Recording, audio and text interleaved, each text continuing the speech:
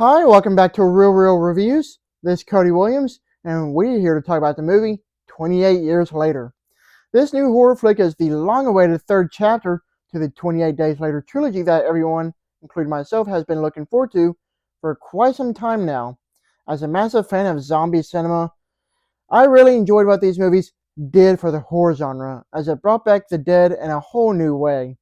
It introduced zombies that could actually run. If that doesn't sound terrifying, then I don't know what will. This film also marks the return of Danny Boyle, Alex Garland, and cinematographer Anthony Dodd Mantle, all of whom worked on the original film. With the all-star team coming back, my excitement level for this movie has been through the roof. Now that I just got done watching this new movie, it's time to find out if it's good or not. Well, let's talk about it. The movie story follows after it's been almost 3 decades since the rage virus escaped a biological weapons laboratory, and now, still in ruthlessly enforced quarantine, some have found ways to exist among the infected. One such group of survivors lives on a small island connected to the mainland by a single heavily defended causeway. When one of the group leaves the island on a mission into the dark heart of the mainland, he discovers secrets, wonders, and horrors that have mutated not only the infected, but other survivors as well. After watching this new sequel, I was left a bit disappointed. I still like the movie to an extent, but it could have been so much better.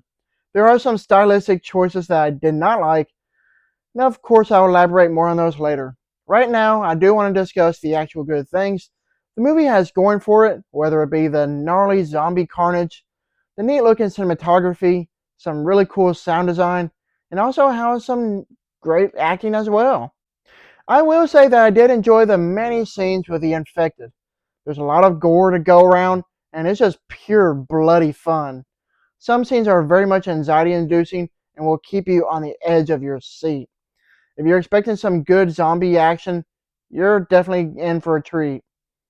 I did like the new changes that were done to the infected that made them feel different this time around.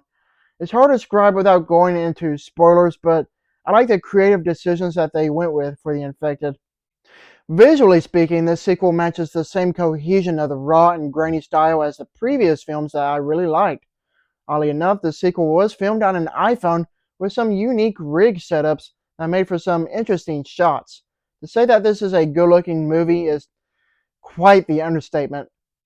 The sound design for this movie is really something. It utilizes a blend of unsettling ambient sounds, intense musical scores, and the distinctive screams of the infected to build a palpable sense of dread and chaos that manages to get under your skin.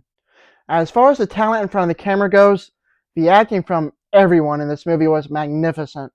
Aaron Taylor Johnson, Jodie Comer, and Ray Fiennes were all great, but the main show stealer is Alfie Williams, who managed to show a lot of range. That was a nice surprise.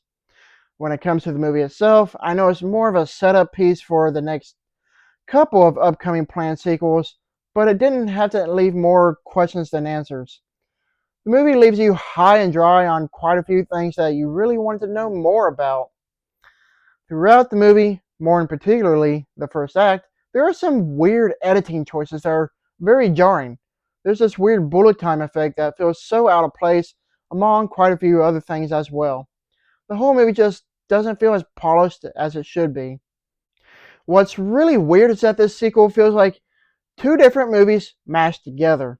You have these two different storylines, one with a father and one with a mother, which makes the tone of the overall film feel really inconsistent. Speaking of inconsistent, don't even get me started on that ending, which was really odd to say the least. I really do feel like that they could have done better in that regard. With all that said, this is really just an okay movie at most. I didn't love it and I didn't downright hate it. Maybe I did overhype myself, which may be my fault, but it's still a shame that I left underwhelmed. Regardless, I am curious to see how the upcoming sequels will pan out. If you're a fan of the series, I will say that this movie is still worth checking out. Overall, 28 Years Later is somewhat of an entertaining film to say the least, but it ultimately misses the mark. It clearly had the potential to be a great movie, but obviously there are some choices thrown around that just don't quite stick. If anything, this movie is hairline above average at best. I give this movie a B-.